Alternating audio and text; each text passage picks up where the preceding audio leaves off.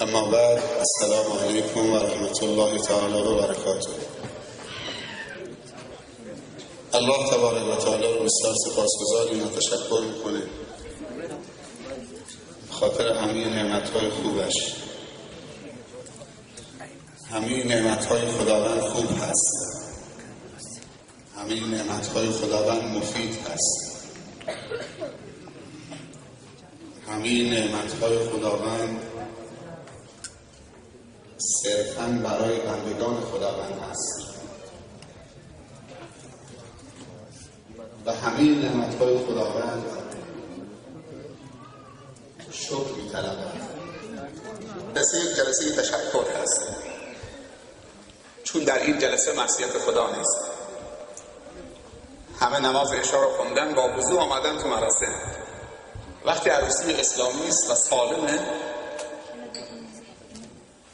بارها هم گفتم دوستان با موبایلشون به همدیگه تماس میگیرن امشب تو فلان روستا عروسی سالمه، سخنرانی دیری میشه، مسائل فرهنگی، اجتماعی، هنری، ورزشی مطرح میشه، نه تنها فقط مسائل نماز تو عروسی ها و استنجا و طهارت و مسائل دیگه.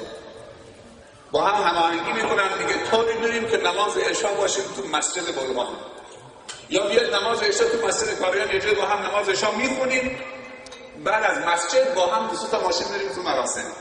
درسته؟ اینطوریه مراسم‌های عروسی سالم و اسلامی، اینطوریه. برعکسش هم وجود داره. برعکسش هم وقتی مراسم غیر اسلامی است، جوانا از ساعت 2 بعد از ظهر با هم تماس میگیرن، 10 تا 15 تا مطرب با هم جمع میشن، یه خانه خلوت نگاه میکنن، هر کسی مسئول یک چیزی است. یکی آبجو بیاره، یکی نمیدونم دسرش بیاره، یکی نمیدونم فلانش بیاره، میگه امشب کلمون گرم میکنیم که مراسم آنچنان نیست. بعد میگه مکبرات هم بیارید، تابلو هم بیارید. از خانه که حرکت میکنن ساعت 4 همه چیشون آماده میکنن، از ساعت 4 شروع میکنن تا نماز مغرب میخونن، تا نماز عشا خوب سکران میشن.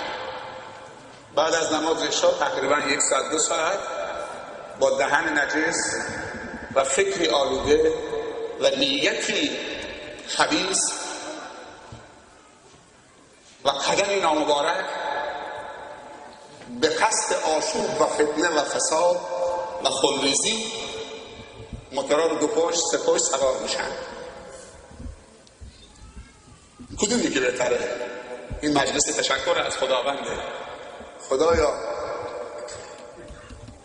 به فرزند من توفیق دادید که جشن طهارت و عفت رو برگزار بکنه، امشب نعمت ازدواج داشته باشه، سنت رسول خدا صلی الله علیه وسلم پیاده بکنه. من به خاطر این توفیق امشب مؤمنین رو دعوت کردم از خود روستا، از روستاهای اطراف، بیان اینجا صلوات و درود بفرستن، اشعار خوب بخوانن،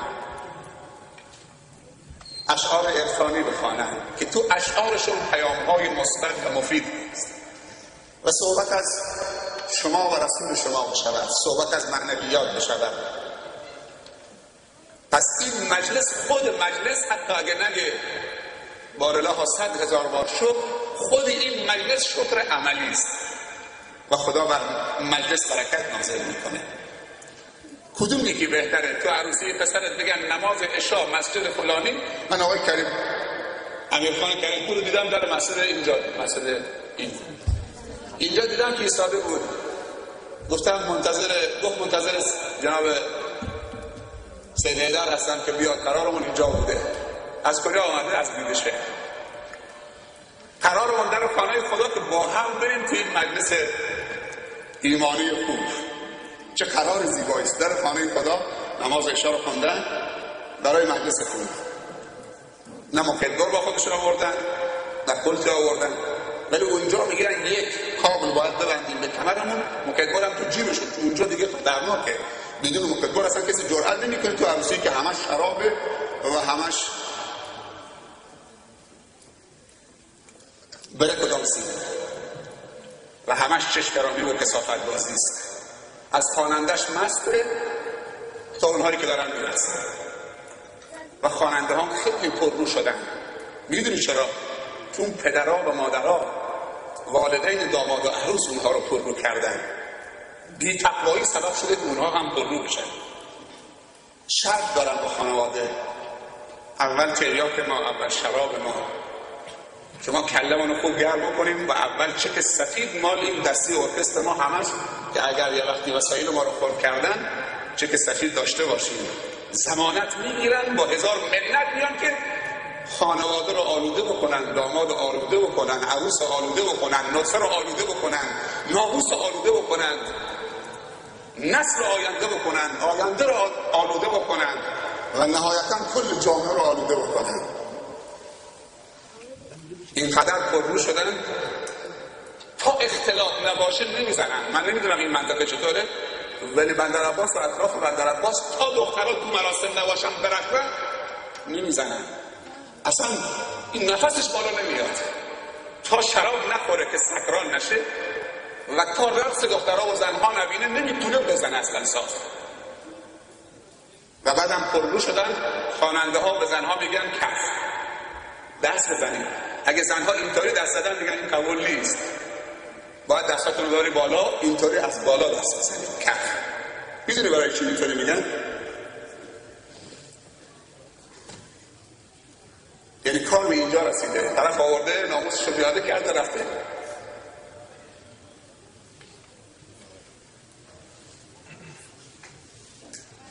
با دست خودمون کدوم مجلسی عقلا میپسندند؟ اصلا به یکی از شما که شخصیت دارید میگید فلانی فلان لوتی و خواننده دوستشه. یک کلاسی داره یا نداره؟ خواننده و لوتی دوستشه. این افتخاره که بگم فلانی لوتی دوستشه. از دوستای صمیمی و نزدیکش لوتیه. هم خواننده شرابخوار بی تقوا چشترانه. با چه افتخاری تو محله راه میری؟ خب وقتی تو لوتی بی تقوا و خواننده بی تقوا شرابخوار رو بیاری تو خونه‌ت، تو عروسی پسرت که امیده که از خدا خواسته تا این پسر بده دختر بده و تو عروسی پسر دختر تو به ناموس مردم چشترانی بکنن، شراب بخورن، چطوری امید برکت دارید از اون؟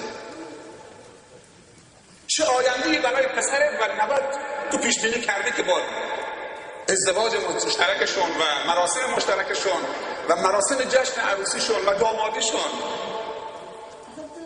و شب تکوین نطفه نوه خودت با شراب شروع کنید؟ از کجا آمدید تو؟ از بلاد کفر آمدید؟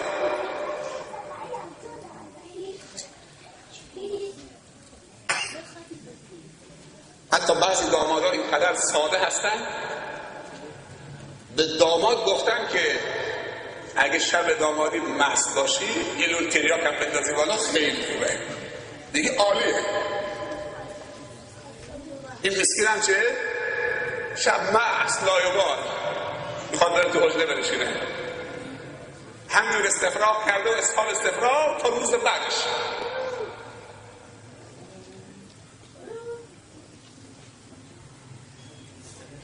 این مراسم کجاش قده؟ حضور مؤمنین یعنی حضور فرشتگان خدا. با وضو آمدن یعنی چیزی که خدا دوست داره. شما تصور می‌کردید که یه روز در زمان فتنه، در عصر فتنه، در آخر الزمان که فتنه و فساد و کفر تفنن پیدا کرده، اصلا حرفه‌ای شده و با سرعتی معادل سرعت صوت داره این فساد در دنیا پخش میشه. دیگه نیازی نیست کسی بره تو کاواره آوردن تو خونه، بار آوردن تو خونه، رقاص آوردن تو خونه، 700-800 تا کانال با یک اصلا همین فشار دادن انگشت که آمده تو خونه. اینا باید مربی بچه‌های ما باشن. من دیدم بعضی از دوستان میگفتن بچه‌های کوچک برن کنار. این مجالس عروسی اسلامی برای احترام گذاشتن به بچه‌های کوچک که بیان اینجا بذار شلوغ بکنن، سر و صدا بکنن. بهتر از اینی که برن سر عروسی غیر اسلامی که همه زن و مرد میرفتن شراب میخورن، اونجا سکوت یه گوشی بنشینن نگاه بکنن. سر و صدای بچه‌های کوچیک اینجا خیلی بهتر از این است که اینجا تحویلشون نگیریم، بهابشون ندیم،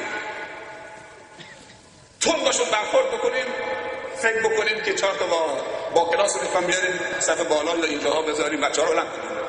این کارو نکنید. اینا آینده های ما هستن. بیان تو این مراسم اگه بچه‌های کوچک قرآن بلده اینجا صوت خوبی داره یکی بیاد بخونه برامون. یکی برای شعر برای ما بخونه تو مدرسه، تو مهد قرآن، تو مهد کودک یاد گرفته. استفاده می‌بریم. تو خیلی مراسم ها رفتیم بچه‌ها اومدن تو مراسم عروسی یه بچه کوچیکی تو روستای درواخانی بود آمد اذان گفت. آمد تو مراسم عروسی پشت میکروفون اذان گفت. همونجا یه خلیل همراه من بود یه دوچرخه به شدیه داد. پول یه دوچرخه در جا. گفت شعر بکن. گفت اقامه نماز بکن. همونجا پول یه دوچرخه نه. حالا همه بچه‌ها جمع شده بودن 30-40 نفر آمده بودن که این چطوری اذان گفت جمع پشت بلند بود. یه دوچرخه هم گرفت.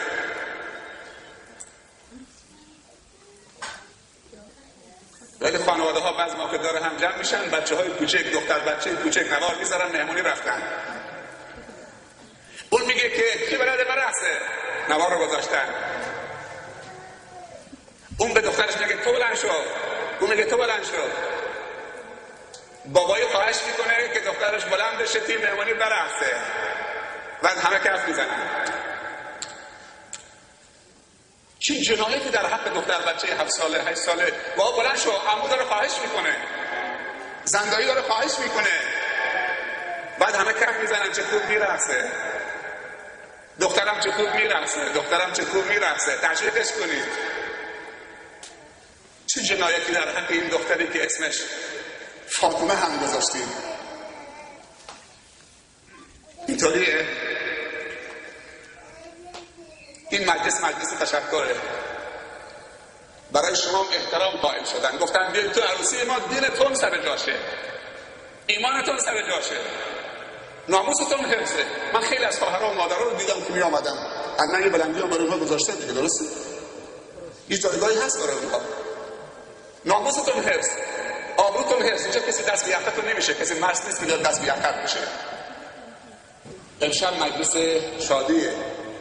شادی که درش تقوا گم نشه و خدا فراموش نشه. خداوند هم خالق لبخنداست هم خالق قطره هاست. خدا لبخند تو لب گذاشته که بخندیم. نه با لبخندامون از بندگان خدا مسخره بکنیم. خدا اشک گذاشته تو چشم که هم چشم پاک بکنه و هم دل رو سبک بکنه و هم بر گناهانمون بگیریم گناهانمون رو پاک بکنیم. هر چیزی جای خودشو داره. من به همه شما تبریک میگم به خاطر حضورتون در این جایی که خدا دوست داره شما اینجا پیدا بشید. ما در روایات داریم که پیامبر تهدید میکنه صلی الله علیه وسلم میگه وای بر بندگان خدا جایی پیدا بشن که خدا دوست نداره اونجا پیدا بشن و وای بر بندگان خدا که جایی گم بشن که اونجا باید پیدا بشن. تو نماز جماعت گم بشید. تو چنین مجالسی گم بشید. تو حلقه تعلیم گم بشید. در میدان دعوت به سوی خدا و دین خدا گم بشید. تو همکاری‌های اجتماعی عقب بکشید. تو امر به معروف و نهی از منکر گم بشید نباشید. دیگه وظیفه مله هاست. دور از چطور میخوام حال راحت کنم. این فرهنگ رو باید تبدیل بکنیم. دور از چطور میخوام حال راحت بکن. به ما تزریق کردن. هر امر به معروف و نهی از منکری عوارض داره. عوارضش برکته.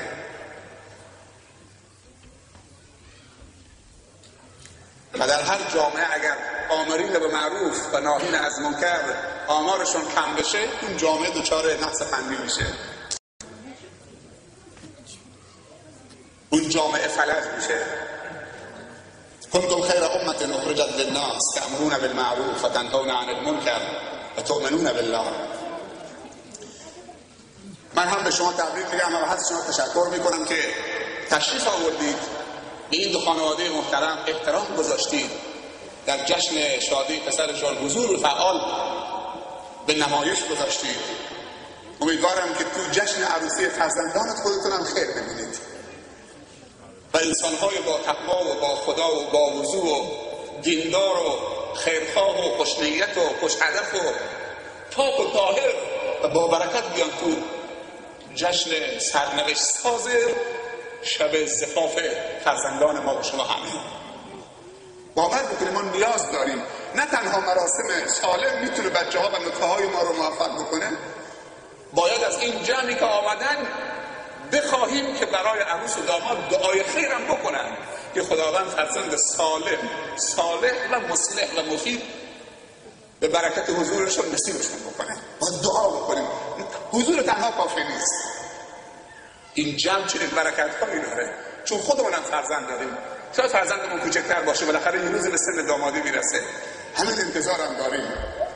پیامبر صلی الله علیه و سلم میفرمایند اگر تو تعشیه جنازه یک برادر مسلمان 40 نمازگزار مؤمن اهل قبله شرکت بکنن به قصد شفاعت در اون برادرشون، خداوند دعای اون 40 نفر رو قبول میکنه و خداوند اونها رو سبب میکنه که خداوند از گناهانمون در بگذره. 40 نفر نمازگزار مؤمن و اهل قبله و با تقوا بریم تو نماز جنازه برادرمون شرکت بکنیم که الان دستش از همه چی بند شده. دو جمله نیاز داره: اللهم اغفر له وارحمه. و بعد پیامبر میگه صلی الله علیه و سلم اگر به چنین قصدی برید که هنگام مردن برادرت کمکش بکنید چون دستش از همه جا بند شده، دیگه خودش نمیتونه به خودش بگه اللهم اغفر له، بستن دست پاش زبونش هم تمام شده، گذاشتنش نمیتونه بگه اللهم ارحمنی. تو خونه وضو بگیری به این قصد بری تو مسجد 4 تا تکبیر نماز فرض کفایه، نگی فرض کفایه از 10 نفر خوندم به من چی؟ اگر میخوای تعداد نمازگزاران مؤمنین بر جنازه خودت رو زیاد بکنید، وقتی که اعلام شد کسی فوت کرده، چه تاجر باشه چه فقیر، برو که خداوند پاداش خیر میده در دنیا، تعداد نمازگزاران بر جنازه تو مؤمنین رو زیاد میکنه. وگرنه شاید در تعشیه جنازه تو شرکت بکنن اما میان دست به کمر میزنن سیگار میکنن. من دیدم کسانی بودن که مردن شاید 100 تا ماشین رفته، 2 تا ماشین نماز جنازه خوندن، باقی چه همینجوری ساده‌ان منتظرن سیگارشون روشن کردن جنازه بیارن به سر قبرستون، تسلیت باشه یه پارچه هم میزنن، تمام شد رفت.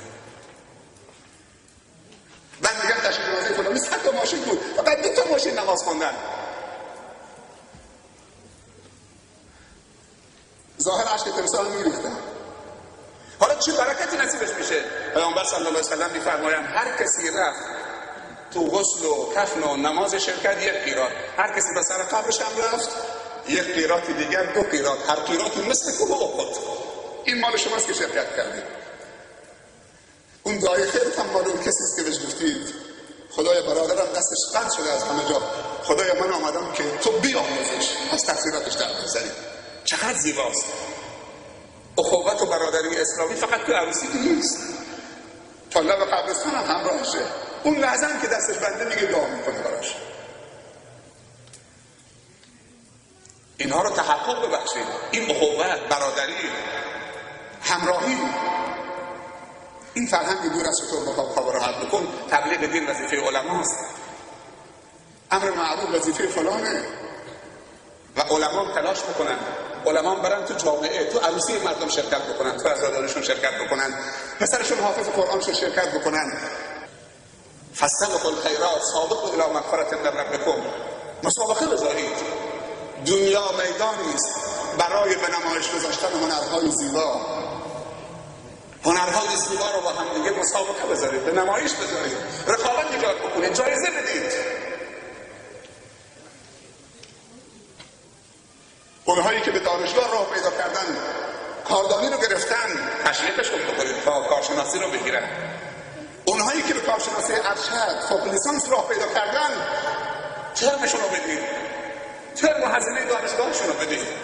برای دکترا اعلام بکنید روز جمعه هر کسی مدرک دکترا رو آورد این کلید یک خانه تحویل بگیره. کلید یک خانه 10 تا خیر با عرضه و مرد نیست.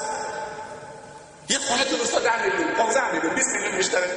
این کلید خانه تحویل بگیر. دکترا مدرک دکترا رو بیار کلید خانه تحویل بگیر.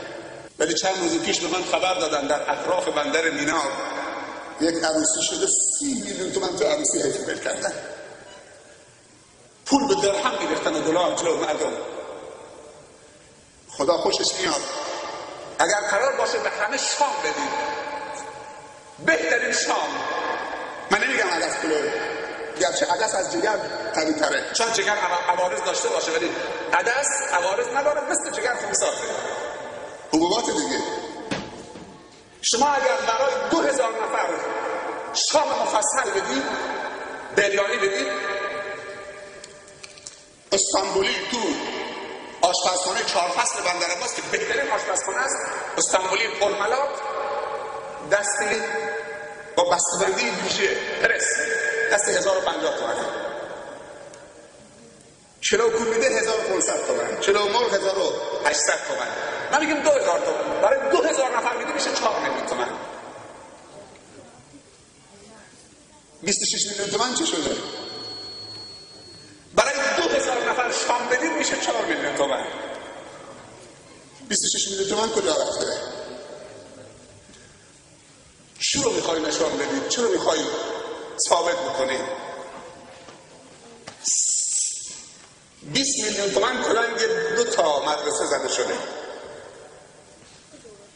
70 میلیونش دولت داره، 2 تا 20 میلیون یک خیر.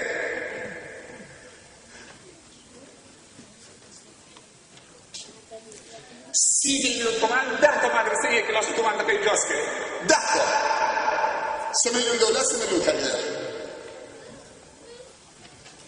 یک شب درهم بسته 2000 تومانی دلار مردم براش کف بزنن.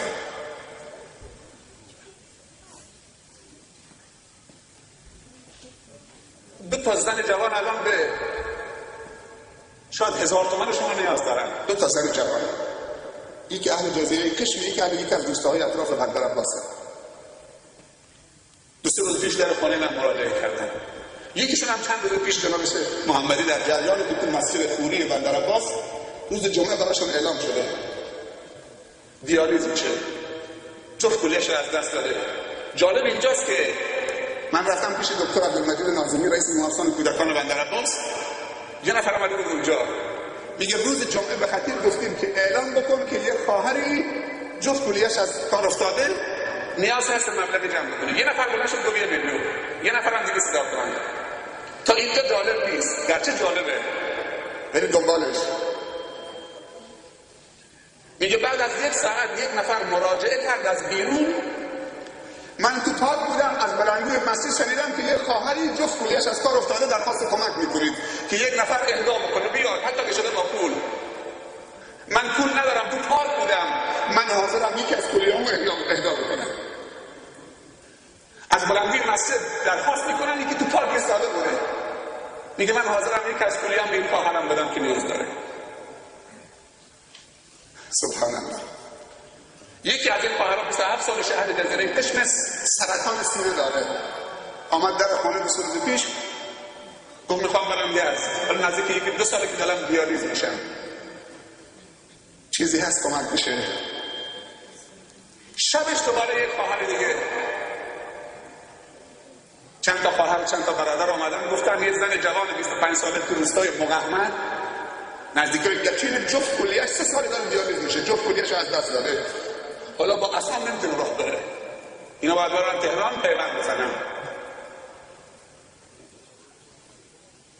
زن جوان 25 ساله از مرد نجات بده، نیازمند 1000 تومانه، ولی پول برای شراب نمیدونم فلان و فلان و فلان و هوا ریختن. تو یک عروسی 30 میلیون تومان.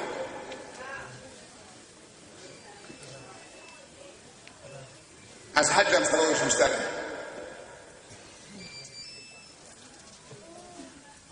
این ولخرجی های در راه مبارزه با خدا و دین خدا و فرهنگ دینی کاری دست آدم میده.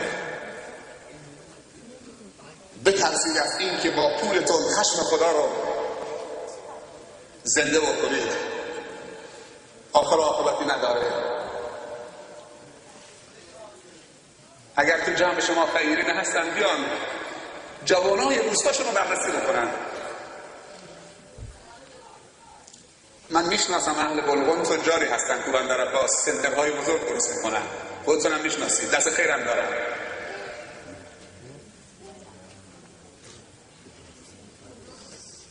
نگاه بکنم تو دوستای خودشون چند تا جوان 25 26 سالشه داماد نشده. یه واشکی یکی از علما بگه از اینا بپرسید چرا داماد نمیشید.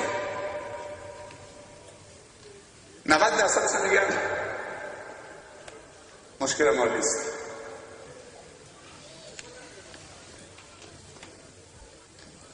من تبریک میگم به برادرمون محمد جعفر آبروش، داماد این جلسه است.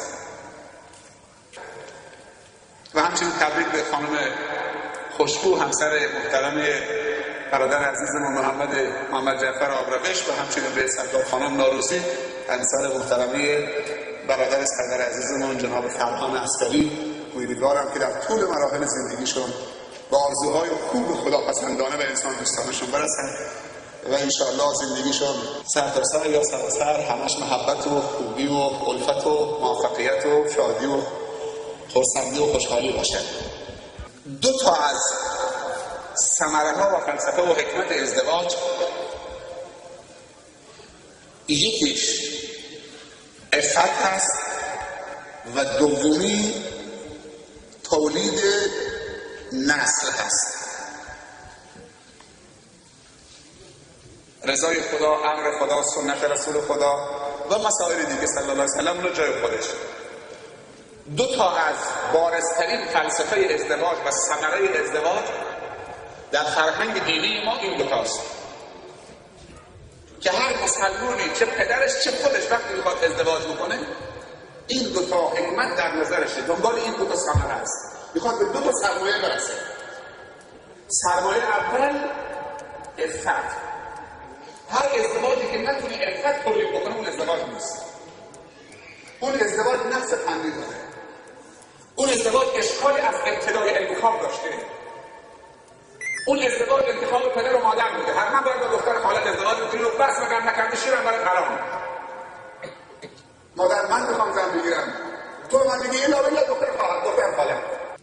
تو بحث ازدواج خوب دقت بکنید. اولین ثمره ازدواج باید ازدواج شرعی عفت تولید بکنه که اگر تو کوچه بعد از ازدواج معذرت میخوام حتی زیباتر از همسرش دید اشباع شده باشه، دست از باقتا نکنه، چشمش حرکت نکنه، زیباتر، جوانتر، جذابتر. اگر چنین ازدواجی رو پایه‌ریزی کردید جامعه به عفت میرسه. اما به خاطر پدرش، به خاطر خواهش مادرش، به خاطر فلان، به خاطر که فقط دختر خوبه، دلش نمیخواد، فقط خوبه، کافی نیست.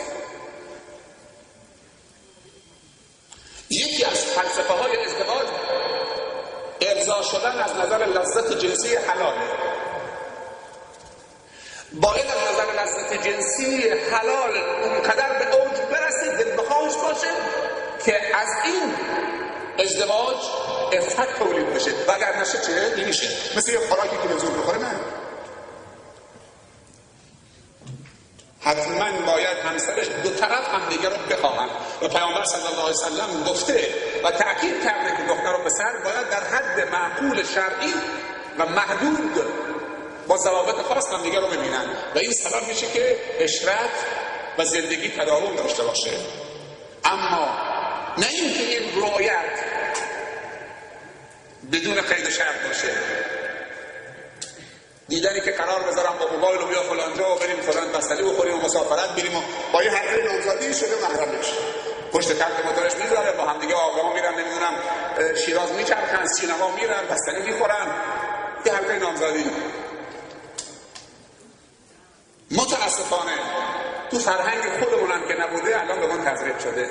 در ارتباطامون با سرحدی ها، با شهرستانی ها، از بس که باشون دوست شدیم و تو شرکت و تجارت و معامله و فلان رفت آمد خانوادگی اونا آمدن، ما رفتیم فرهنگ آوردن، ما نتونستیم فرهنگ رو تزریق بکنیم. شیخ زهیر رحمت الله علیه میگفت که لباس تور بهاره و نمیدونم سفره عقد و چراغ بالای سر داماد و عروس روش هم بکنن رو مبت و آسمان بذارن و اینا میگو از کجا اومده؟ تو منطقه ما که رست نبوده، میگو از شهرستان ها برامون آمده.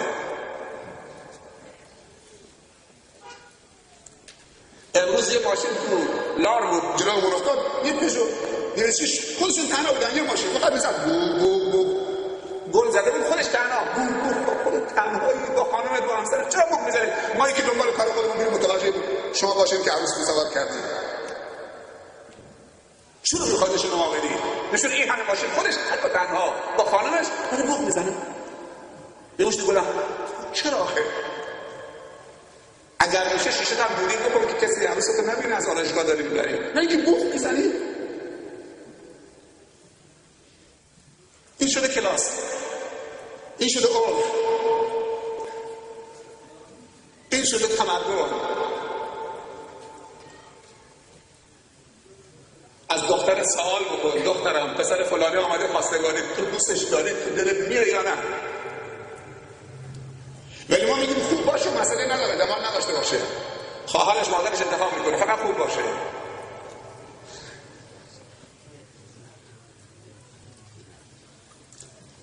من نقل میکنم زمان قدیم که ندیده دیگه عقل میبستن، اصلا نمیدیدن هم دیگر این مردم تحویل میدادن. چند مدت پیش یکی از دوستان آمده بود جزیره کشم، از ابوظبی آمد، من پرواز تهران آمدم، کشم رو دعوت کردن، رفتیم اونجا، گفتن دوستان آمدن، نشستیم نهاری با هم خوردیم. یکی از دوستانی که از اونجا آمده بود دنیا دیده بود، همچون نقل نمیدونم ازدواج و نقل نمیدونم فلان و تعدد ازواج و خیلی مسائل، گفت که یه خاطره بگم. یه نفر گفت که برام زن پیدا بکن. زن براش پیدا کرد، بالاخره ندیده چه؟ تا اینکه این خاطرات گذشته رو میگفت. بالاخره رفت مجرد دید که معذرت میخوام زنش خیلی زشته، از نظر کمال خیلی جا خورد. زنش هم خیلی تعلق بهش پیدا کرده بود. بعد خواست که به شوهرش احترام قائل بشه، گفت تو مرد منی، تو چطوری دوست داری من بچرخم؟ با چه لباسی؟ برقه بزنم، نقاب بزنم، لباس بلند بپوشم، یک تکه کلوف، دست بدم به خانواده شما، برادر نمیدونم فلان، پسر خاله، اگه رسمه، هرچی تو مرد منی، با صورت باز بیام جلو برادرات، قوم و خویشات، چه فرهنگی دوست دارید؟ میگه که من بهش گفتم که تو آزادی جلو همه صورتت باز باشه.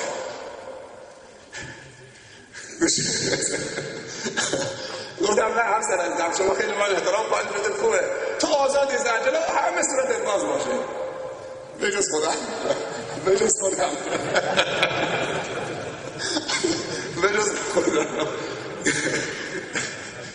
این مال من نیست، اون دوستمون نمون کرد، بجز خودم، چون دیگه نگو که من تا آخر ندارم نگاه میکنم که حالم هم میباره.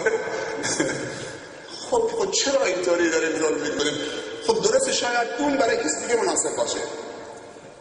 حتی من توی کتاب تربیت فرزندان خوندم که جمال مادر و پدر نقش تربیتی تو فرزند دارن.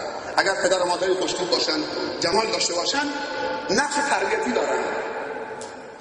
و خیلی از فرزندان بعد پدرشون رو سرزنش کردن که چرا مادر زشت برای من انتخاب کردی. و چیزی که خدا اجازه داده.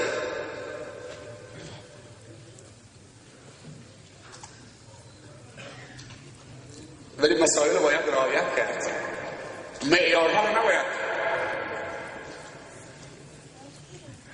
خیلی از ازدواج هایی که بعد از 1 سال یا 6 ماه منجر به طلاق میشه، به خاطر که پدرش خواسته که با این ازدواج کنه. جوان میاد پیش ما، پیش امثال ما، میگه من نمیخوام ظلم این دختره میشه، این دختر خالمه، منو نمیخواد، منم نمیخوامش. مادر و پدرمون همه گفتن الا و بالله همین، اگه نکردم چیه طلاق؟ من باید ازدواج کنم. حالا چی کار کنم؟ وقتی دوست نداریم روابط سرد میشه و چند بچه دارم باشه روابط سرد میشه.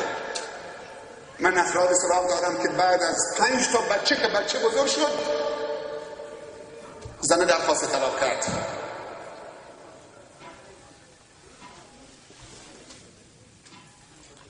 اگر دختر یک سیدی علاقمند به یک پسر مؤمن غیر سید شد و مؤمن بود و میخواست و از اون طرف پدر سید علاقمند به یک پسر سیدی بود که پس با خوشش خیلی مؤمن پایبند نبود. جواب خدا چه داره؟ حتما باید بگیم این سید چون دخترتم نمیخواد باید ازدواج کنید.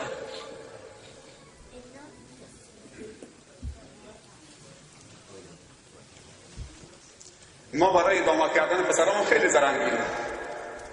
آیا کسی شده تو جمع شما، من جواب نمیخوام، کسی شده که دخترش 18 سال 19 20 سالش رسیده، پدرش رفته یا مادرش دخترم احساس نیاز میکنی که الان شوهر میخوای، نیاز به شوهر داره دخترم، یک نیاز طبیعیه، ما خجالت میکشیم بگیم به خاطر همین مشکل داره پیش میاد. در کشور ما از هر 4 ازدواج 1/4 طلاقه. این آمار 3 سال پیشه. این آمار معاونت پیشگیری از آسیب‌های اجتماعی بهزیستی کشوره. از هر 4 ازدواج 1 منجر به طلاقه و بیشترین طلاق‌ها بعد از 1 سال و 6 ماه یا 6 ماه یا 1 سال از ازدواج طلاق صورت گرفته. برید مشکلات رو بررسی بکنید که اینطوری چرا طلاق میشه، چطوریه؟ اگر ما آمار معتادین کشورمون رو به مردم بدیم، آمار ایدز رو بدیم، آمار طلاق رو بدیم، درست که مردم همه بدونن، قطعا یه فکر میکنیم ولی ما میپوشونیم، نمیدونیم چند تا معتاد داریم، چقدر ایدز داریم. تو بندرعباس سال گذشته آمار ایدزی که اعلام کردن 500 خورده بوده. 500 خورده ایدز تو بندرعباس خیلی ها.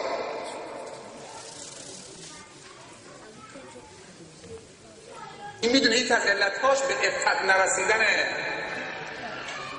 و پیامبر صلی الله علیه وسلم میفرمایند هرچی آمار ازدواج صحیح بالا بره آمار جرم و جنایت کم میشه، هرچی تعداد متأهلین بیشتر بشن آمارشون بالا بره آمار جرم و جنایت و فساد کم میشه، میاد پایین. خیلی وحشتناکه از 4 ازدواج 1/4 منجر به طلاق بشه. شاید تو روستای ما نباشه ولی کم کم شروع پیدا میکنه، کم کم میاد. چند سال پیش مواد مخدر اینطوری تو منطقه شما بود بین جوانان، ولی امروز آمده. اولین ثمره و سرمایه ازدواج صحیح عفته. هر ازدواجی که کشکرانی رو بعد از ازدواج بیشتر بکنه این ازدواج نیست.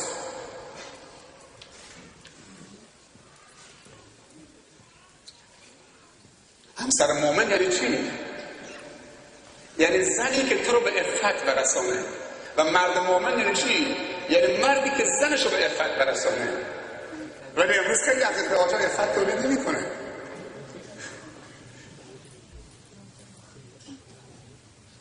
تجدید نظر بکنیم تو انگیزه های ازدواج ها، تو برنامه ها. طرف دختر مردم رو با بسم الله به ما خودمون، به ما مله ها وقتی میخواد که عقل دخترش رو ببنده یا خواستگاری بره، میدونی که اگه خودش شاید ندن. جناب شیخ شما بیاید همراهمان خواستگاری بریم، خواهش میکنم خواستگاری خیلی ایراد از ما میگیرن، خواهش میکنم بیاد برید. جناب سید ایده برید، رفت برید، دخترمش دادن. جناب سید شما بیاید سیبه هم بخونید. حالا جناب سید هم جناب شیخ هم جناب سید البابش هم بهش میگن سیغه عرض بخوره. حالا میره اونجا سیغه میخونه و چند بار استغفار هم بهشون میگه و چند بار صلوات هم میگه، بعد میگه بسم الله اعوذ بالله من الشیطان الرجیم بسم الله. یه آیه قرآن هم میخونه. جناب سید به سیغه بخون، آیه قرآن کن بسم الله گفت، سید در دنبال کارش. تو مراسم عروسیش دیگه نمیرن جناب شیخ جناب آقا سید بفرمایید. کار مولا تا همینجا تموم شد. کار مولا با بسم الله سیغه هم تموم شد. مراسم دیگه کار میپیه، کار خواننده هست. اینجا دیگه خلاص، اینجا دیگه شما خیلی ممنون وظیفتون انجام بدید. طور مراسم برگزار میکنه که اگه شیخ هم بخواد بره اونجا تبریک بگه نتونه بره، خجالت بکشه نتونه بره. اگر رفتم اونجا طلوع شخصیت میشه. شیخ اومده اون سر عروسی که همه ساز و نوای فلان، همونجا بدبخت میشه، اسیر میشه میره دیگه. روز جمعهش نمیتونه بره روی منبر. ولی اونهایی که رفتن رقصیدن تو نماز شرکت کردن، حالا خطیب هم روی منبره، ولی جناب شیخ اگر رفت دیگه نمیتونه بره تو مسجد، دیگه نمیتونه بره. خیلی عجیبه. مردم سیگار میکشن روز جمعه میان نماز. حالا که یه مولوی سیگار کشید، مگر اسلام مولا و غیر مولا داره؟ از کجا آوردید؟ مگر حلال و حرام برای مولا حلال و برای مولا حرام؟ برای برای اون حرام، برای اون حرام. چرا این جدایی رو ایجاد کردیم؟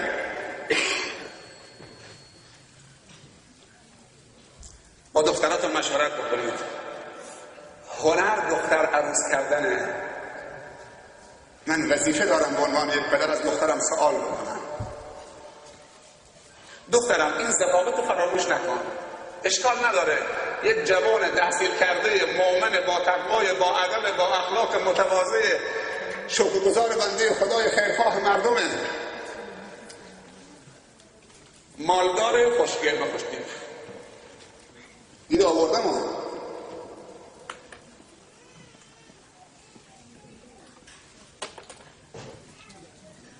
من اگه بخوام برم خواستگاری برای پسرم، 2 تا دختر باشن، هر 2 تا مؤمن باشن، هر 2 تا از نظر حجاب کامل باشن، هر 2 تا از نظر مال کامل باشن، هر 2 تا از نظر موقعیت اجتماعی مثل هم باشن، هر 2 تا از نظر دین و فلان، ولی یکیشون جذاب‌تر باشه، اون یکی رو میگیرم برای پسرم. اون یکی که جذاب‌تره که میخواد، اونم یکی داره مثل خودش. مایی که بزرگترین باید تو ازدواج کاری بکنیم که بچه همون به عفت برسن، نه جلومون بگن چشم بابا به خاطر تو که شیر، به مادرش بگه به خاطر تو که راضی بشی ازم شیرتو برام حرام نکنی و شیر داری حرام میشه. من تنگ این ازدواج میدم، هرچی تو گفتی چشمم میداری گردنم، هرچی بابام گفت مامانم گفت. پدر و مادر 2 سال دیگه 3 سال دیگه فوت میکنن، خودش با این زنی که نخواسته.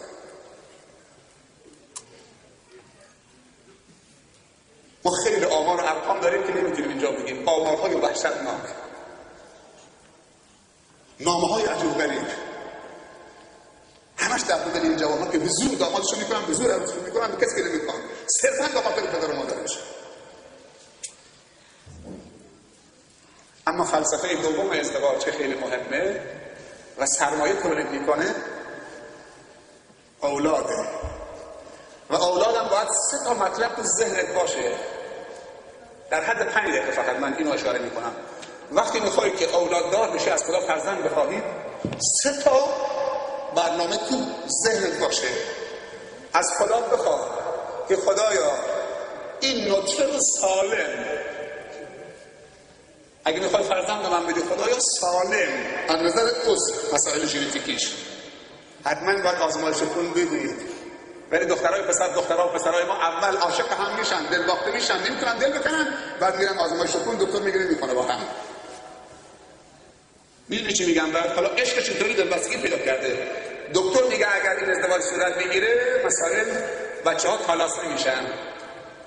ما تو محله خودمون از یک پدر و مادر 2 تا دختر 25 ساله خلاصی داریم.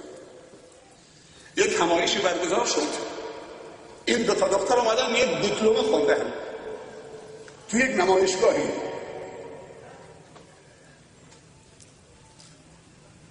تو مرکز نگهداری طلاسمی‌های بندر عباس هرمزگان، نزدیک آماری که داده بودن نزدیک 1400 تا بیماری طلاسمی ما مراجعه کردن که حالا شناختن که دارن دوا میکنن.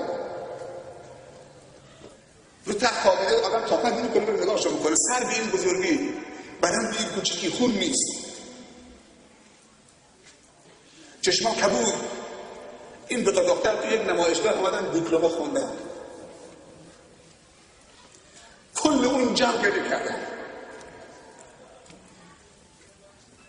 اول دلشو میده، بعد باید بره دکتر آزمایشو خون بده. حالا چاره دلش نمی‌کنه، میگه برو برای دکتر، توکل به خدا میکنن. این توکله. دکتر تشخیص داده که این مشکل داره، تالاسمی ایجاد میشه.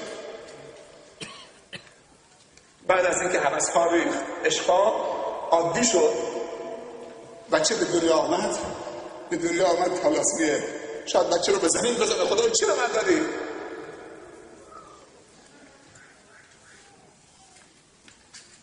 چی به من دادی؟ نه تنها از خدا فرزند سالم. دوباره تو محله ما یک پسر 24-5 ساله اصلا فلجه، خیلی راه گیره، معلوله، مادرزاده، مسائل ژنتیکیه، ژن‌ها. بعضی این تلاسمی‌ها میشه با دوا و دکتر اینا اگر که درصدش پایین باشه تقویتی درست میکنن، درست میشه، یعنی با دوا و دکتر رفت میشه. البته شفا خداست، اذا مرضت فهو یشفی. اون شفا میده و دکتر تشخیص میده بالاخره چه. ولی بعضی خیلی حادن میگن نباید، باید جنابش بگیریم که این ازدواج صورت نمیگیره. اکثرا این طلاسمی ها تو روستاها هستن، اکثرا تو روستاها هستن، همجور دارن جون میدن تا بمیرن جلوت. توی خانواده 2 تا طلاسمی 3 تا طلاسمی، بچه 16 سالشه همجوری تو رو خوابیده نمیتونه بلند بشه. هرچی به مادرش گفتم برید، به پدرش گفتم روز اولش برید آزمایش رو کن، بدید نرفتن. یا تو روستا بودن کسی نمیفهمید چه به چیه. و مله های هستن که میخونن ویتامین زیاد کاری به برگه نمیدونم کون و برگه آزمایش رو فلان نداره، فقط ویتامین.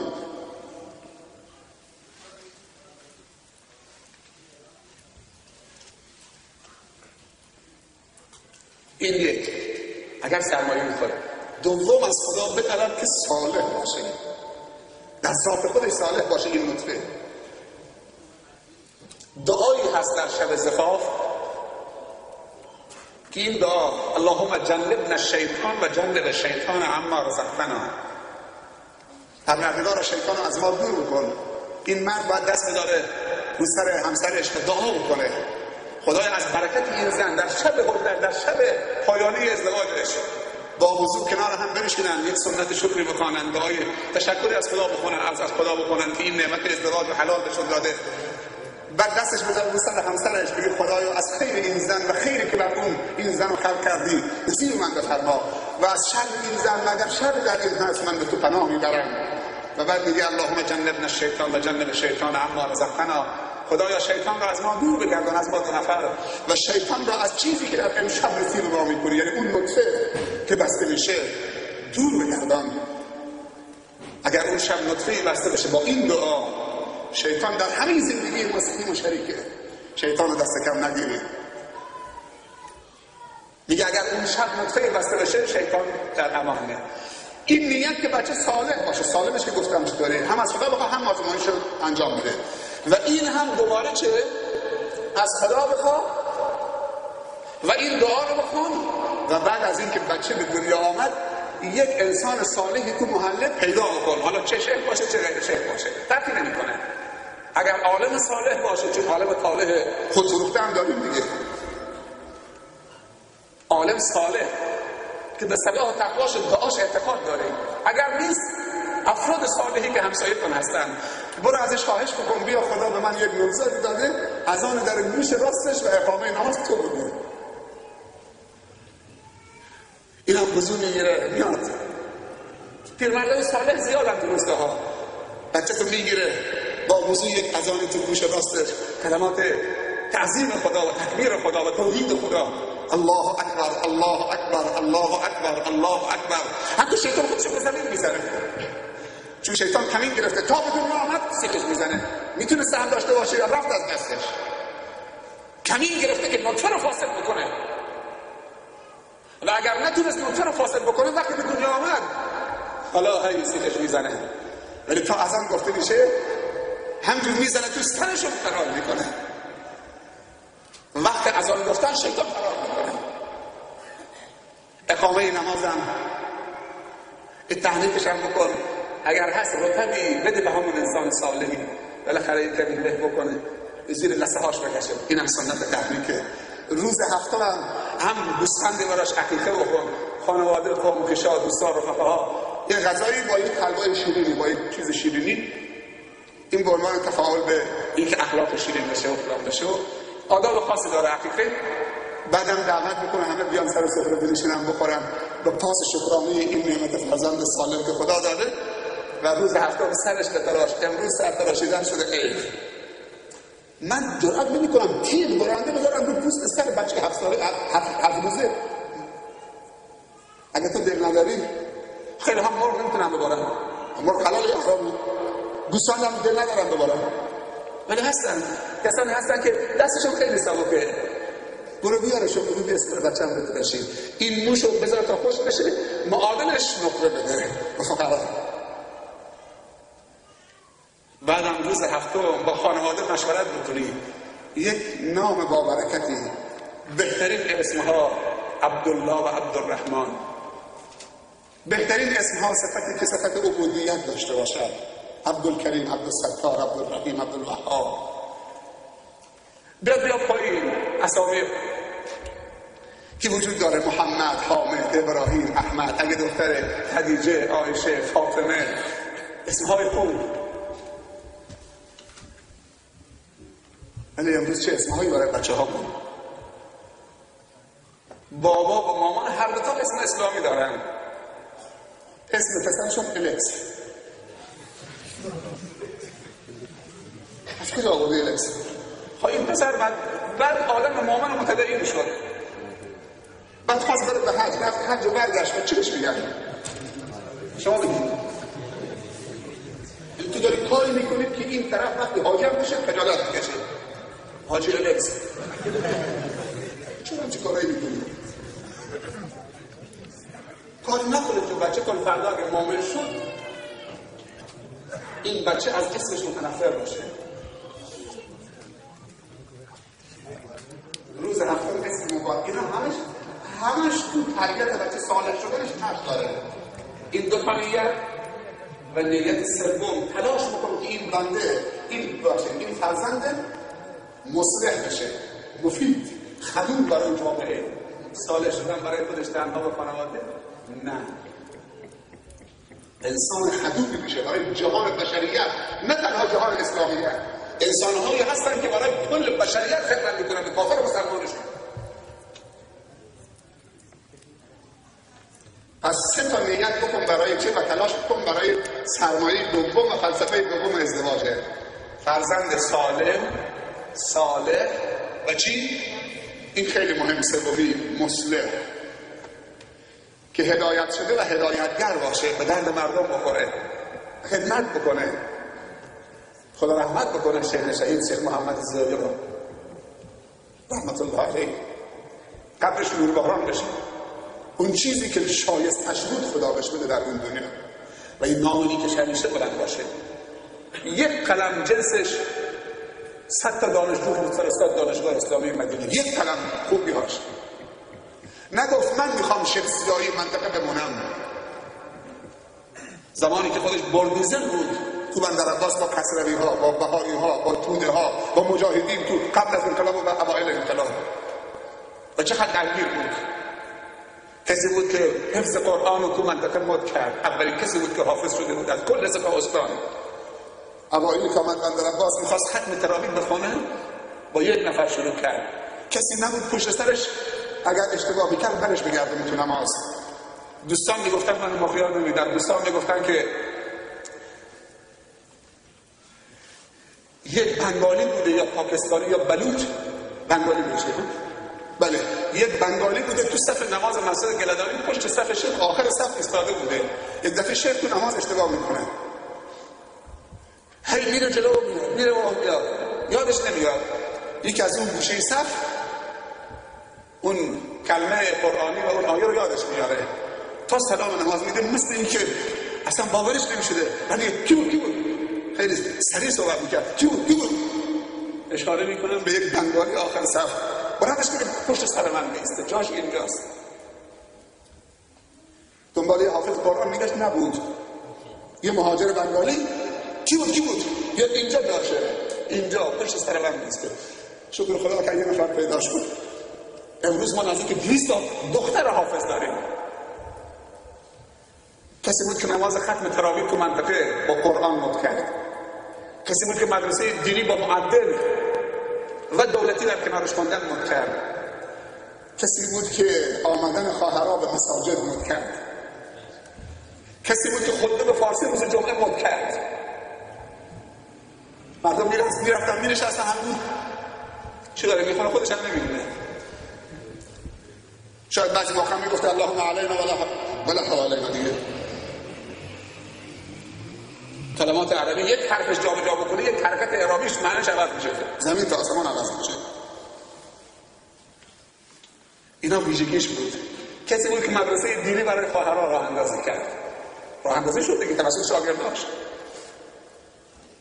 الان در روستای حرم، در دهستان حرم، الان مسجدی ویژه خواهرها هست. و شیخ عبدالکریم میگفت جماعت این مسجد تو نماز تراویح 4 صف بزنن. امامشون خودشون، همه چیزشون خودشون، همه دوره عالی خوندن دخترها، پیشنمازشون کلاسشون مسئله اصلا مال خودشونه، کسی نمیره، همه چیز دست خودشونه. و میگه جماعتش همیشه 300 400 نفر. کسی بود که قبل از انقلاب تو رادیو رو سر صحبت میکرد، ایشون بود با یک عالم شیعه بهش میگفتن شیخ راشد. من زیایی رو از مادرم شناختم، خدا رحمتشون بکنه. شیخ زیایی رو از مادرم شناختم. قبل از انقلاب نماز ظهر که میخوام دوست جا نماز میرشست. مادر چرا نشستی؟ یه رادیو قدیمی هم گذاشته بود بغلش. میگه بعد از که سنتم بخونم ربع ساعت شیخ زیایی صحبت میکنه، شیخ راشد هم صحبت میکنه، هر دو رو گوش میداد. این شیخ زیایی که خیلی حرف خوب میزنه.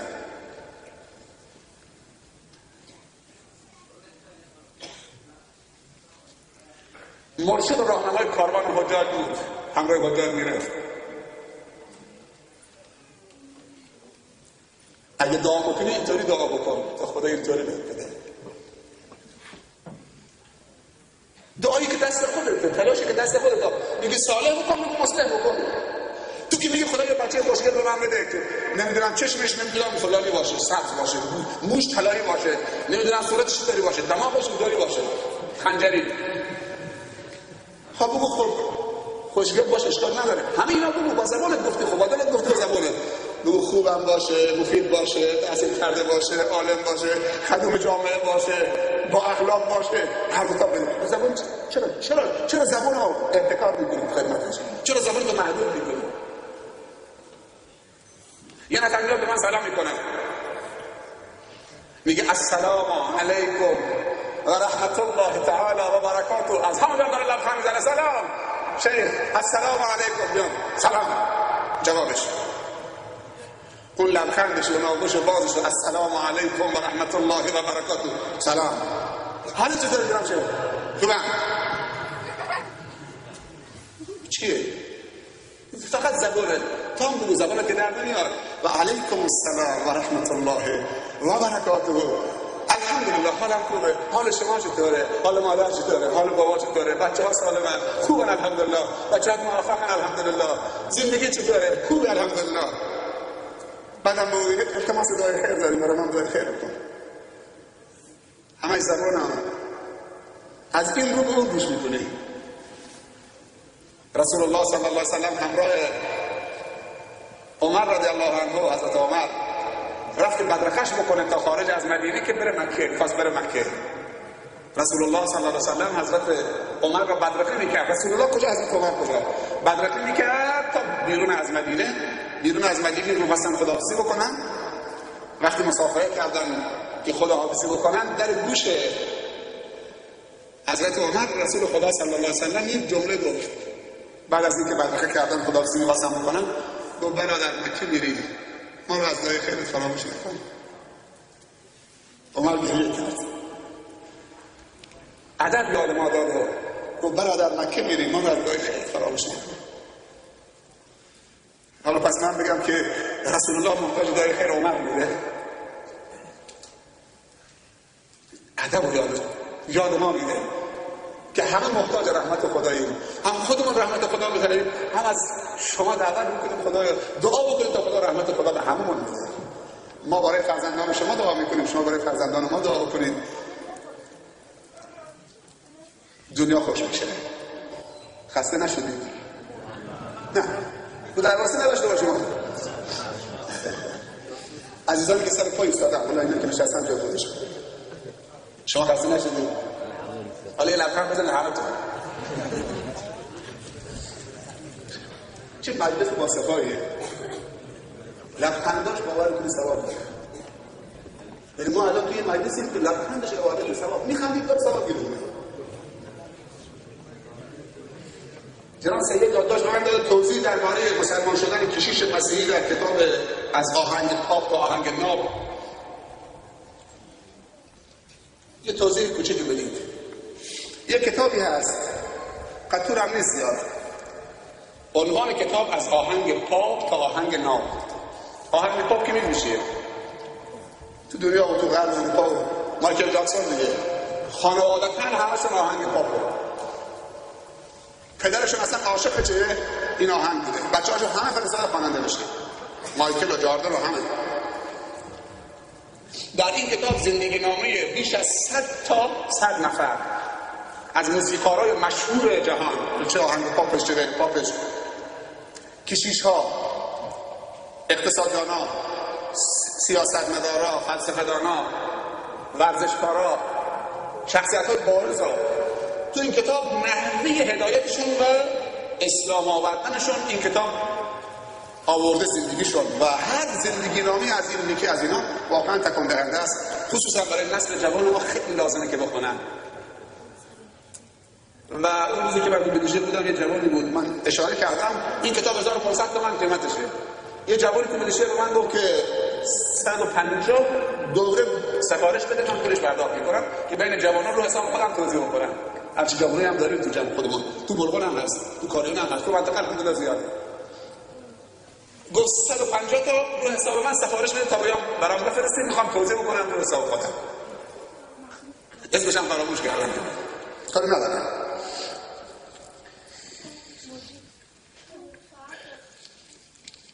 یکی از کسانی که تو این کتاب زندگی نامش نوشته جاردن جاکسون هست، برادر مایکل جاکسون. و این من کاری ندارم به زندگی، من درباره زندگی اسحاق هلال کشیش مصری دارم صحبت میکنم.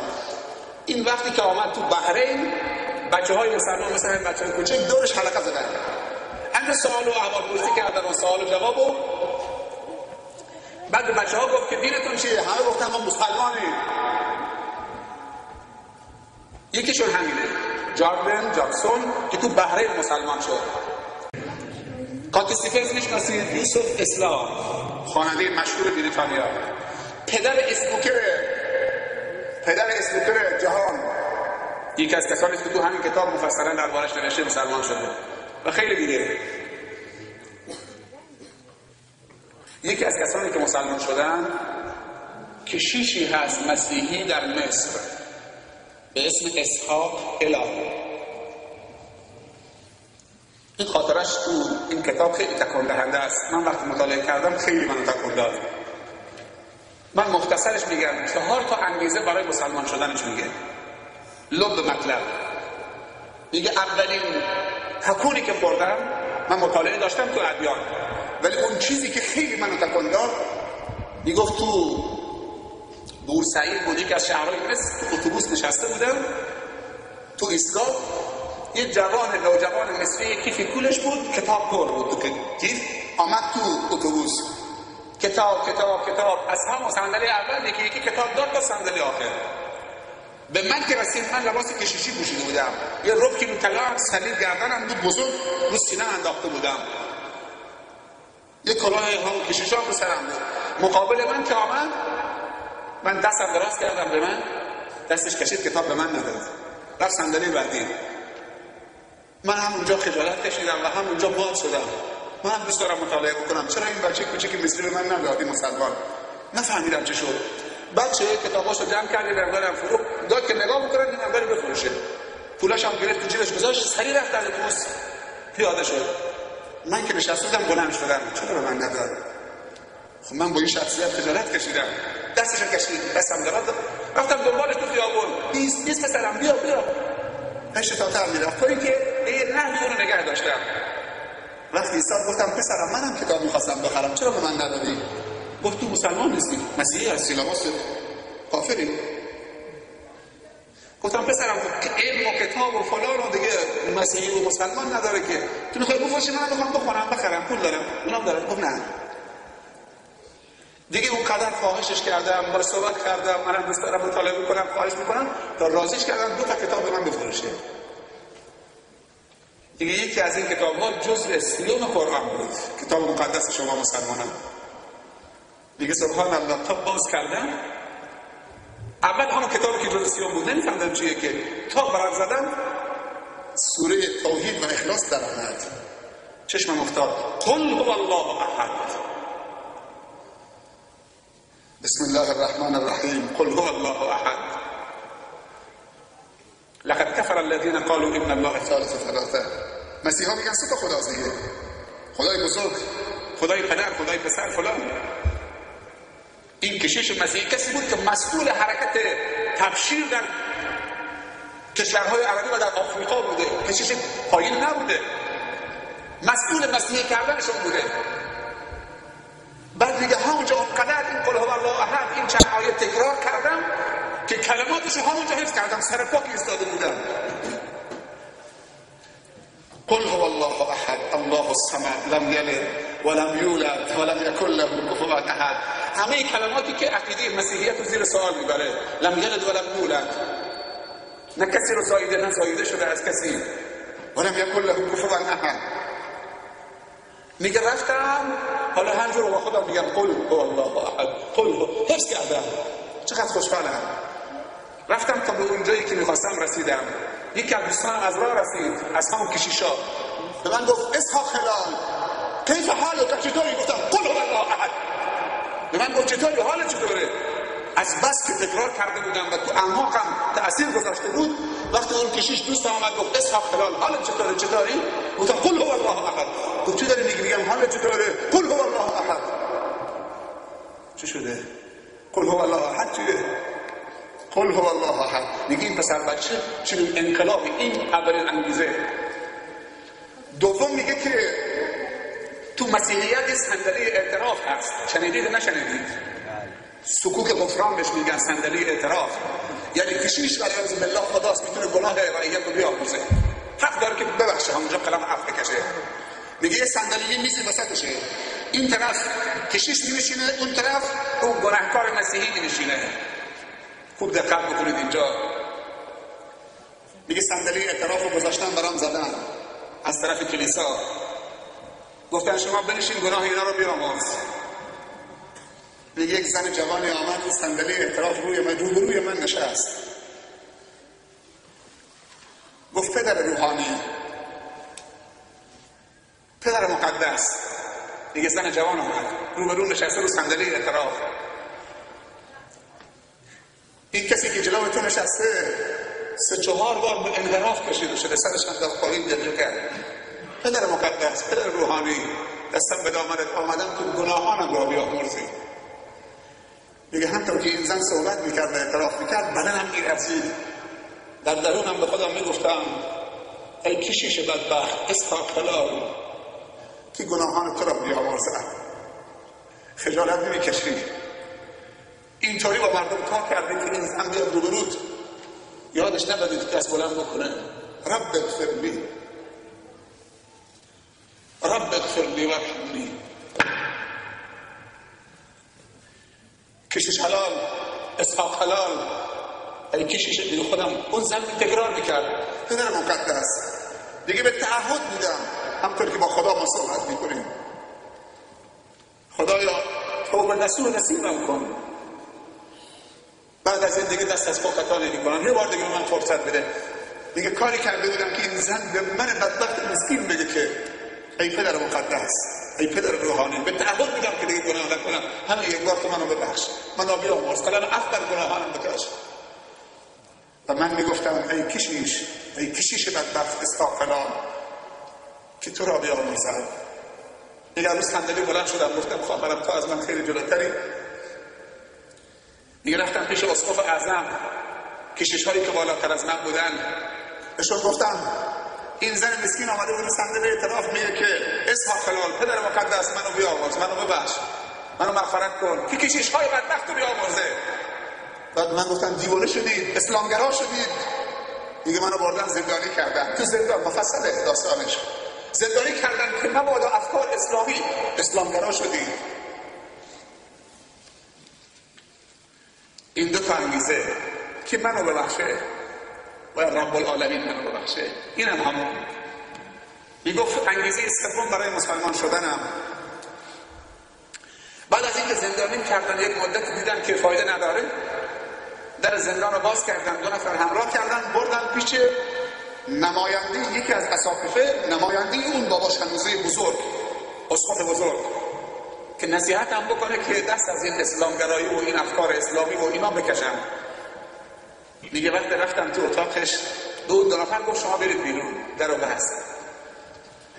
دیگه شروع کرد به نصیحت کردن، گفت پسرم صبر کن، تحمل بکن، خدا با توست، همیشه اینطور نیست، مشکلت حل میشه، استقامت بکن. دیگه من تعجب میکردم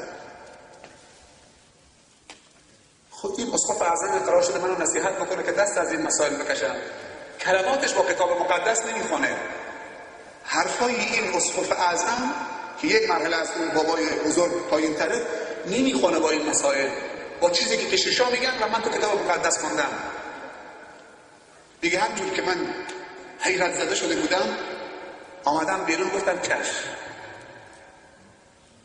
آمدم بیرون تعظیم کردم رفتم.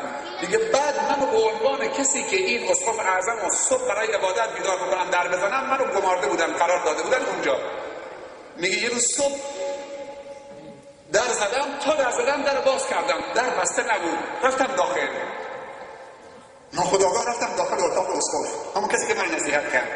ولی نصیحتش عجیب بود، فهمیدم که این نصیحت با کتاب مقدس دو تاست. دیگه وقتی سرزده داخل رفتم که اسقف اعظم به نماز ساده رو به قبله مثل مسلمانان نماز میخونه. میگه ما تو مبعوث شدم و من یتق الله یجعل له و یرزقه من حیث لا یحتسب و من یتوکل علی الله فهو حسبه.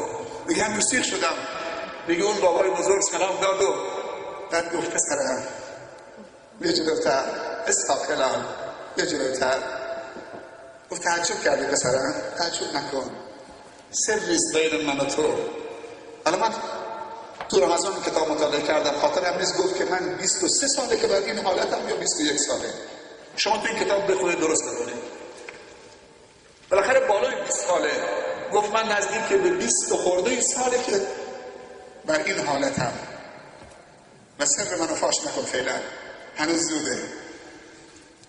بعد میگه گفتم خدایا چه دارم میبینم. بعد میدونی اسقف به من چی گفت تنها انیس من که منو قلف یعنی تسکین میبخشه، تنها انیس من تو جمع این کشیش هایی که نه تقوایی نه دیانتی نه امانتی نه صداقتی دارن و میدونم که چی هم، دیگه تنها انیسم قرآنه. پسرم من 20 ساله که فقط قرآن مطالعه میکنم. دیگه یک مرد سلام بود. دیگه همجور که وجودم مملو از نور شده بود رفتم بیرون، تا این که از طرف کلیسا ما را فرستادن در سودان. سوم بود، چهارم آخریشه، فرستادن در سودان و میلیون ها جنه مصری همراه ما کردن که بریم سیاه‌پوستای سودان رو مسیحی بکنیم بیاریمشون مصر. میگفت من رئیس گروه بودم، 3 ماه تو سودان موندیم، تو 3 ماه 36 نفر مسیحی کردیم، برای هر نفر 30,000 جنيه دادیم. 30,000 جنيه مصری خیلی ها. یکی از دوستان میگفت رفتم به مصر، تو فرودگاه من ایرانی بودم اونجا نگه داشتن، گفتن نمیتونی وارد مصر بشی. رفتم تو همون رستورانش، گفتم یه چایی بکنم، حالا تو باید بنشینم دیگه. چایی میخوردم، میدم که یه سرباز مصری که تو همون نگهبان بود نگاه به من میگه چطوری دارم چایی میخورم. گفتم حالا یکی تعارفش بکنم چای بیار. گفتم بیا یه چای سفارش بدم که بیارم برات. گفت من اگه داری همون رب جنيه یا پول هر چی چند سنت هر چی هست همون پولش به من بده، من میخوام بگم که چقدر حقه و جنيه چقدر ارزش داره. میگه سرباز گفت من چای نمیخورم، همون پول چای به من بده. برای هر کدوم 30,000 جنيه دادن. 36 نفر تو 3 ماه. میگفت خودش اسحاق میگه که مسیحی کردیم و یکی اسمش اسم اسلامی بود، اسمش هم عوض کردیم گفتیم عبدالمسیح. با ویزه کار آوردیمشون قاهره مصر که اون کلیساها و برنامه‌ها و مسائل ما رو ببینن. میگفت خیلی بهشون میرسیدیم تا یکی از روزها رفتم تو همون اتاقهایی که بهشون دادن، همین که اسمش گذاشتیم عبدالمسیح. تا داخل اتاقش که رفتم دیدم که چه نماز بسته مثل مسلمان دار نماز میکنه.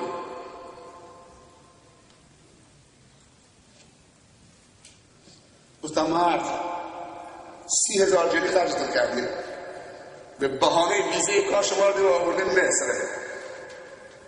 بعد حالا شده این همه هزینه و این همه مسائل داریم، نماز مسلمانه دوباره میخونیم. میگه اون سیاه‌پوست سودانی برگشت گفت شما با اون 30,000 حساب خلال خودش داره میگه شما با اون 30,000 جنيه فقط جسم گرسنه منو خریدید، به اختیار گرفتید، ولی دل من ما رب العالمین الله احد. دل من ملعونه، وجود من ملعونه، فکر من ملعونه، نیت من ملعونه، کیان من ملعونه. شما با این 30,000 جنيه نمیتونید منو بخرید. من عبدالله عبدالمسیح نیستم. دیگه وقتی از این یک سیاه‌پوست گرسنه که من فکر میکردم این گروه رفته با 30,000 جنيه اونو خریده، قلبشو خریده، اینطوری داره تریاق میزنه رب العالمینه، اون وجود منه الله. دیگه هم که ما تو بخود ایستادم، اینجا دیگه اون نقطه تحول بود، تمام شد دیگه. گفتم اسلام خلال حالا وقتش رسیده که دیگه جرأت پیدا بکنید. این دین اسلام منصور خدا نصرتش میکنه. شیخ عبدالحمید کش نمیدونم اسمش شنیدید یا نه، اون نابینای مصریه که برجسته ترین خطبای جهان اسلام معاصره و خیلی با جرأت همیشه در زندانهای مصر بوده. میگفت که همین کشیش ها در مصر میرفتن تو روستاها پول توزیع میکردن، یه تعداد رو جذب میکردن، اون روستانشین و صحرانشین یک روزی مقدار پول توزیع کردن، بعد میخواستن که دوباره همون شعارهای مسیحی رو به اونها بدن. یک ساعتی 2 ساعتی براشون صحبت کردن، اولا پول بهشون دادن، مواد غذایی. مثلا خیلی عجیبه. دیگه یک پیرمردی تو جلسه آخر جلسه بعد از اینکه 1 ساعتی من صحبت کردم، پولم دادیم، مواد غذایی هم دادیم، از همون آخر گفت وحدو. فکر مسیحش رو کردیم. دیگه پیرمرد بلند شد با همون لهجه مصری خودش گفت وحدو. دیگه همه که پول گرفته بودن، مدیح شده بودن، مواد غذایی گرفته بودن، همه گفتن لا اله الا الله. خود شیخ عبدالحمید کش خیلی جالب میگه یا ملاوی الله یخرب بیتکم 3 ساعت یا ملاوی ثم تقول وحدو. 3 ساعت از سخنرانی کردم، پول دادی کردم، خدا خودتون خراب بکنه. من میگه وحدو. همه گفتن لا اله الا الله. و خود کلیسا میگه، مستشرقین میگن سخت‌ترین کسانی که ما میتونیم اونها رو مسیحی بکنیم با 1000 مشکلات و طول میکشه، فقرای مسلمان ها هستن. و وقتی هم مسیحیشون میکنیم اینقدر خرجشون بکنیم تا بتونیم نگهشون بداریم. ولی ادیان دیگه وقتی مسیحیشون میکنیم راحت مسیحیشون میکنیم، بعدم بند سرشون زدیم دیگه خیالمون راحتی، هیچ موقع دیگه بر نمیگردن. اینا فقیرن، نان ندارن بخورن، یه وقته 1 ساعت 2 ساعت 1 هفته مسیحی میشن، بعدم میگن وحدی. خب از حوصله همه شما تشکر میکنم، خیلی حوصله کردید و مجددا به همه شما تبریک میگم و از شما تشکر میکنم، مهمان نوازی کردید، ادب به جا آوردید.